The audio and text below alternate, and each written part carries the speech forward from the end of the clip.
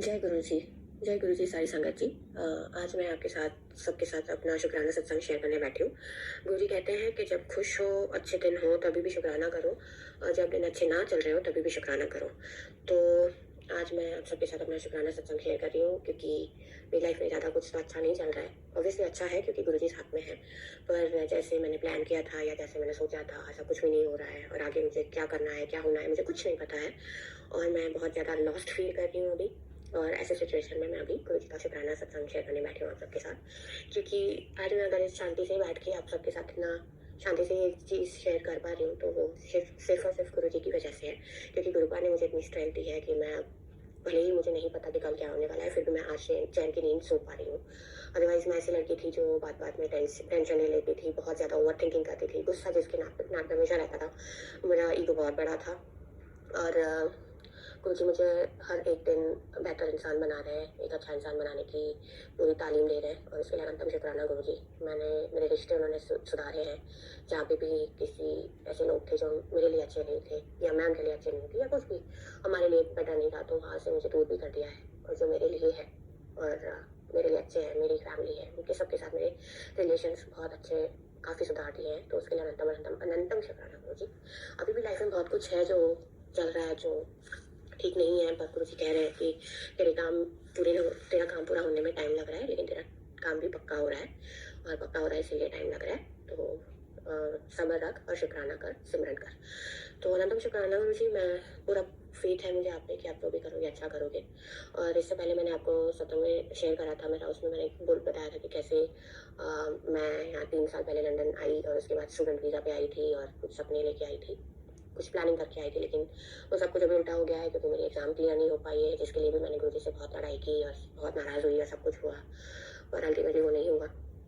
और अब मैं शायद नहीं, मैं नेक्स्ट मंथ वापस ही जा रही हूँ, क्योंकि मुझे लग रहा है कि मेरी कॉलिंग आ रही है, गुरुजी मुझे कब से ही बुला रहे हैं कि तू आ जा। तो मैंने फाइनल डिसीजन लिया है कि अब ज़्यादा वेट नहीं करना है, तो मैं वापस जा रही हूँ। और वही है, क्योंकि मैं वापस तो जा रही हूँ पर मुझे पता नहीं है, क्योंकि मैं वहाँ से करियर छोड़ के यहाँ पे कुछ और करने आई थी, और यहाँ पे छोड़ के अभी वहाँ जा रही हूँ फिर से, तो I don't know what I am going to do, मेरे साथ क्या होना है। और पर फिर भी गुरु जी पे भरोसा है, और गुरु जी ले जा रहे हैं तो जहाँ मेरी मंजिल है वहीं लेकर जा रहे होंगे। और इस बीच में मेरे कुछ सत्संग है जो मैंने अब तक शेयर नहीं किए थे, लेकिन वो मुझे लगा कि ज़रूरी है और मैं भूल जाऊँ, उससे बेटर है कि मैं पहले शेयर कर दूँ। और गुरु जी का शुक्राना तो हर रोज़ करना ही चाहिए। तो गुरुजी कैसे टेलीपैथिकली आपके साथ कम्युनिकेट करते हैं, फिर वो चाहे आपके ड्रीम्स में आके हो या फिर आपको ध्यान में आके हो, मेडिटेशन में हो, या फिर यूट्यूब या ऐसे कहीं पे ग्रेस मैसेजेस या कोई सत्संग सुना के हो, कैसे भी गुरुजी आपसे कम्युनिकेट करते हैं। और ऐसा हुआ कि मेरे साथ भी मतलब बहुत बार ऐसा होता था कि हो जाता है कि ग्रेस मैसेजेस के थ्रू या कभी ड्रीम्स में भी, मतलब गुरुजी भी एक ही बार मेरे ड्रीम में आए हैं। गुरुजी नहीं आते डायरेक्टली, लेकिन ड्रीम्स में मुझे कुछ ऐसा दिखा देते हैं कि मुझे समझ में आता है कि ओके गुरुजी मेरे से ये चाह रहे हैं या ये सब है। लंगर प्रसाद में कभी दर्शन दे देते हैं और वो सब। तो मेरी जॉब को लेके मेरा एक दो सत्संग है जो मैं आपसे शेयर करना चाहती हूँ कि मेरी जॉब में मेरा ट्रांसफ़र हुआ था एक नई स्टोर में, और सब कुछ नया था और वो सब था। तो गुरु जी के एक दो दिन मुझे ऐसे मैसेजेस आ रहे थे कि तुझे झूठे पुलिस केस में फंसाया है, तू बरी हो जाएगी। और ऐसा एक दो बार सेम मैसेज मुझे आ रहा था, तो मुझे समझ में नहीं आ रहा कि ये क्यों आ रहा है, क्योंकि मैंने कहा गुरुजी मेरे पे तो कौन सा पुलिस केस हुआ है, कौन फंसा रहा है, क्या हो रहा है, ऐसा तो कुछ नहीं है। और कभी कभी ऐसा होता है कि गुरुजी के मैसेजेस आते हैं लेकिन वो लिटरल सेंस में नहीं होते हैं, पर वो आपके लिए ही होते हैं। तो उसके बाद 2 दिन के बाद जब मैं अपनी जॉब पे गई तो मुझे पता चला कि मैनेजर ने मेरी कंप्लेन करी है कि मैंने एक मिसकंडक्ट किया है। और उसके बाद मेरा एक काउंसलिंग सेशन था जहाँ पे मुझे वार्निंग के साथ 1 महीने के लिए ऑब्जर्वेशन में रखा उन्होंने, कि तुम्हारा परफॉर्मेंस ऑब्जर्व किया जाएगा और 1 महीने के बाद हम रिव्यू करेंगे। तो उसमें बेसिकली गलती मेरी नहीं थी, क्योंकि मुझे ट्रांसफ़र किया गया था, तो मेरी ओरिजिनल शॉप में मैं जो काम करती थी मैं उस हिसाब से वहाँ पे भी करती थी, और उनका तरीका कुछ अलग था। और जब मैंने उनको पूछा था तो उन्होंने मुझे कुछ बताया नहीं था, तो मुझे लगा कि मैं जो कर रही हूँ सही कर रही हूँ।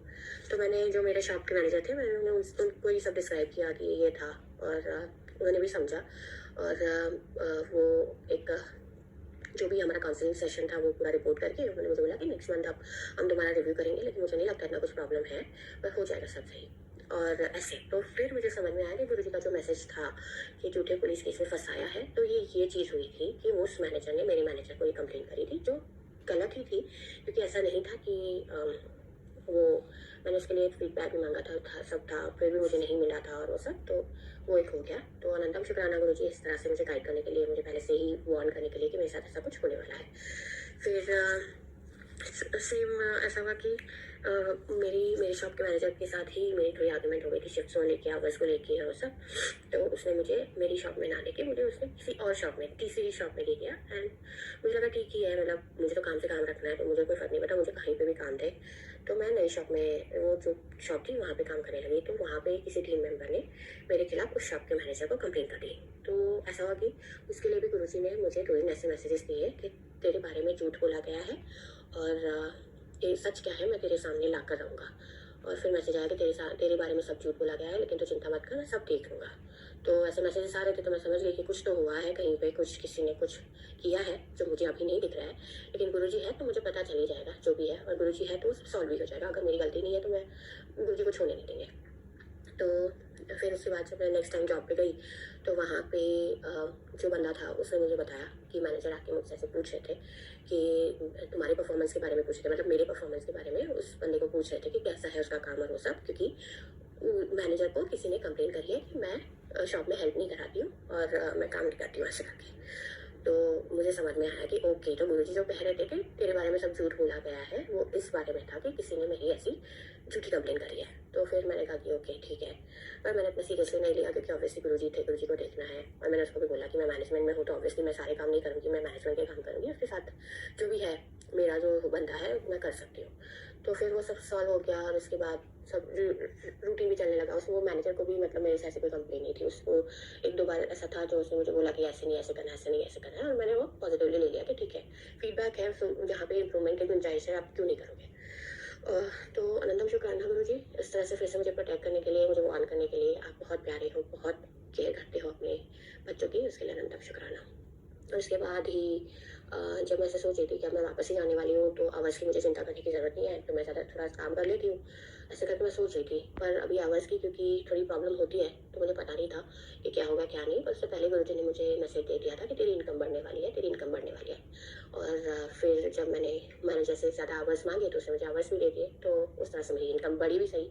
तो गुरुजी ने पहले से प्लान कर लिया था कि ओके, तुझे ज़्यादा काम करना है, ज़्यादा पैसा कमाना है, मैं तुझे दे देता हूँ, अभी तेरे लिए फेवरेबल है, तो ले ले। तो अनंतम शुक्राना गुरुजी, आप बहुत प्यारे हो, बहुत जल्दी सुन लेते हो। जो ईजी, मतलब जो ईजी तो सब कुछ है गुरुजी के लिए, लेकिन जहाँ पे जो आपके लिए जब ईजी है कि आपको देके आपको कोई नुकसान नहीं है तो गुरुजी तुरंत दे देते हैं। तो अनंतम अनंतम अनंतम शुक्राना गुरुजी। उसके बाद 2 दिन पहले का एक रीसेंट सत्संग है कि मैं ऐसे ही, मतलब जब खाली होती हूँ आपके दिमाग में 100 सवाल 100 विचार चलते रहते हैं, तो मैं ऐसे ही सोच रही थी कि गुरुजी आप इतने लेट क्यों आए मेरी लाइफ में। और बहुत सारी संगत को मेरी तरह होता ही होगा कि जिसमें अगर जल्दी आ जाते तो इतनी प्रॉब्लम से शायद फेस नहीं करनी पड़ती, या फिर प्रॉब्लम्स आती हुई तो भी मतलब उस तरह से हम हैंडल करते जब हम एक मेच्योरिटी के साथ करते हैं। तो ऐसे ही मैं सब सोच रही थी और मैं मुझसे पूछ रही थी कि गुरुजी फिर क्या आपको मेरे पापा ने भेजा है, आप इसलिए आए क्योंकि मेरे पापा ने देखा कि मेरी बेटी बहुत परेशानी में है। और मेरे पापा एक्चुअली 3 साल पहले कोरोना में गुजर गए थे, और उनके जाने के बाद मैं बहुत ज़्यादा डिप्रेस भी हो गई थी। मैं उनको बहुत मिस भी करती हूँ, वो एक पूरा अलग सत्संग है, तो उसके लिए भी गुरुजी ने मुझे बहुत हील किया है।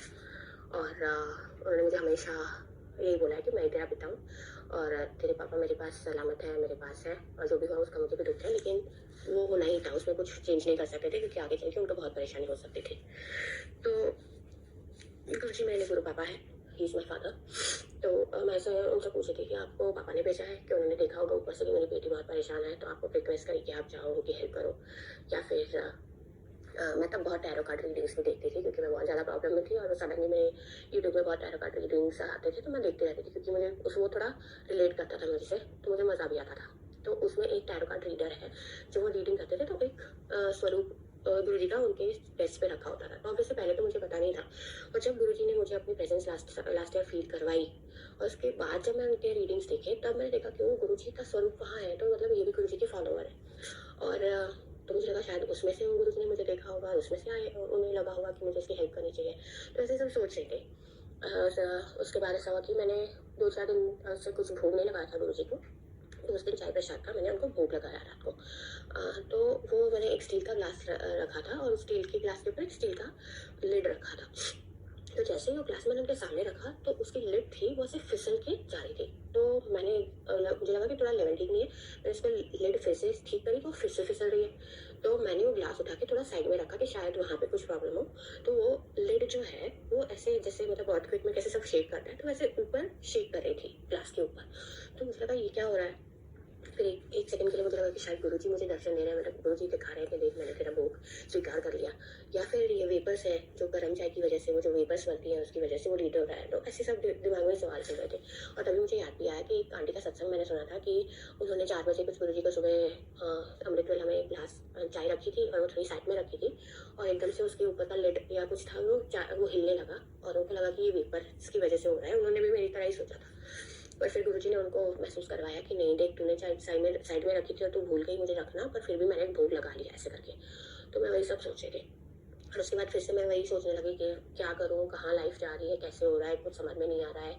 और बहुत बार ऐसा हुआ कि मेरी एग्जाम जो क्लियर नहीं हो इसके लिए मेरे फ्रेंड्स के साथ मैं जब बात करती थी तो मुझे यही कहते थे, और मेरा खुद का भी यही नेचर है कि मैं हर चीज़ के लिए एंड तक लड़ती हूँ। जहाँ तक मुझे सेटिस्फेक्शन नहीं हो रहा था कि नहीं अब कुछ नहीं हो सकता इसमें, तब तक मैं उस चीज़ के लिए मैं लड़ती रहती हूँ कि मुझे ये चाहिए, मुझे ये करना ही है करके। तो आई एम गो गेटर। तो मैं ऐसे वेट नहीं करती हूँ कभी भी।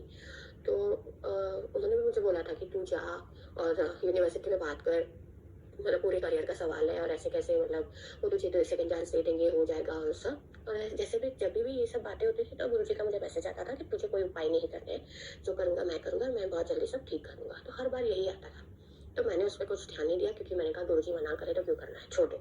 फिर वो सब होते होते अल्टीमेटली गुरुजी का ये एक दिन मुझे आ गया कि तेरा एग्जाम नहीं क्लियर होगा क्योंकि सब नहीं होने वाला, और जो हुआ है मेरी मर्जी से हुआ है तो ठीक है। और मिक्स्ड मैसेजेस आते रहते थे, कभी कभी किसी का आता था जिसमें ऐसा था कि एग्जाम क्लियर पहली बार नहीं हुआ, फिर री अपील करा तो हो गया करके, और फिर आता था कि नहीं हुआ किसी का, तो और उससे मैं गुरुजी ने कुछ भलाई सोच के नहीं करवाया करके। तो मैं कंफ्यूज होती कि मुझे करना है या नहीं करना है।